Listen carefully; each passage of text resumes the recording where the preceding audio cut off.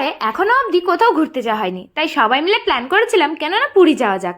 তাই আমরা কিন্তু বেরিয়ে পড়েছিলাম এখন কাক ভোরেই, রেডি সেডি হয়ে।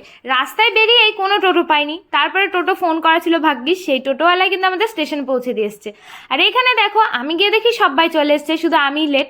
ভাগ্যিস ট্রেন এসছিল না, তারপরে কিন্তু ট্রেন চলে এসছে। আর ট্রেনে ওঠার সময় সবাই তো খুব মজা করছিলাম, কারণ যেহেতু আমি একাই ব্লগ করি তাই সবাই খুবই হাসে। তারপরে দেখো ট্রেনে উঠে আমরা মস্তি করতে করতে কিন্তু শিয়ালদায় পৌঁছে গেছিলাম। আর শিয়ালদায় পৌঁছে না আমাদের প্রচণ্ড খিদে পেয়ে গেছিলো, তাই আমরা সবাই ডিসাইড করলাম কেননা কিছু খাওয়া যাক। শিয়ালদা থেকে আবার আমাদের সাঁতরাগাছি যেতে হবে।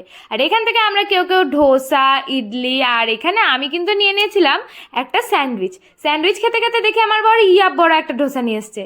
আর এত বড় সাইজের ডোসা দেখে আমি ভাবছিলাম খালি খালি আমি স্যান্ডউইচটা অর্ডার করেছি, না অর্ডার করলে ভালো তো, পয়সাটা বেঁচে যেত। কি আর করব, স্যান্ডউইচ আমি একটা খাওয়ার পরেই কিন্তু ডোসা খেতে লেগে গেছি। ডোসাটা কিন্তু দারুণ খেতে ছিল, আমি তো তখন